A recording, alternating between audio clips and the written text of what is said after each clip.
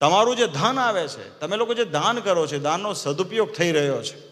અને છેલ્લે આખા સંપ્રદાય બે દેશ ગાદી એમાં ગૌરવ લઈ શકાય એવું સ્વામિનારાયણ ભગવાનની પ્રસાદિક વસ્તુઓનું સંગ્રહાલય જે આજથી 100 વર્ષ પહેલા, 120 વર્ષ પહેલા આચાર્ય મહારાજ શ્રી વિહારીલાલજી મહારાજે એ સમયમાં જે વ્યવસ્થાઓ હતી ત્યારે પ્રસાદીની વસ્તુઓનું એક સંગ્રહાલય કરાવ્યું અને એમણે સંકલ્પ કરેલો.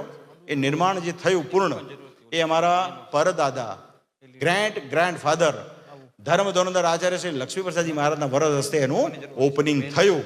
અને ભગવાનની એવી દયા કે આજે નવું અક્ષર ભુવન બની રહ્યું છે, એ ગોમતી કાંઠે બની રહ્યું છે, એ પથ્થરનું બની રહ્યું છે, સ્ટેટ ઓફ ધ આર્ટ, જબરદસ્ત.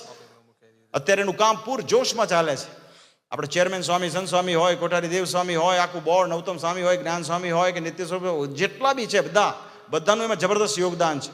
આપ સૌ લક્ષ્મીનારાયણ દેવના ઉત્સવમાં આવ્યા હશો, એમાં પણ આપ સૌએ જાહેરાતો સાંભળી હશે. તો એ કેવું જબરદસ્ત બની રહ્યું છે. આ બધી ગૌરવની વાત છે. એમાં આપણા ભગવાન શ્રી હરિની પ્રસાદિક વસ્તુઓ કે જેની ઇન્વેન્ટરી 10,000 કરતાં પણ વધારે છે. એકમાત્ર વડતાલ સંસ્થા એવી છે કે જેની પાસે સ્વામિનારાયણ ભગવાનના ચરણાવિંદની જોડ છે ને 1000 ઉપર જોડ છે. વિચાર કરો, એક વસ્તુનો ઇતિહાસ.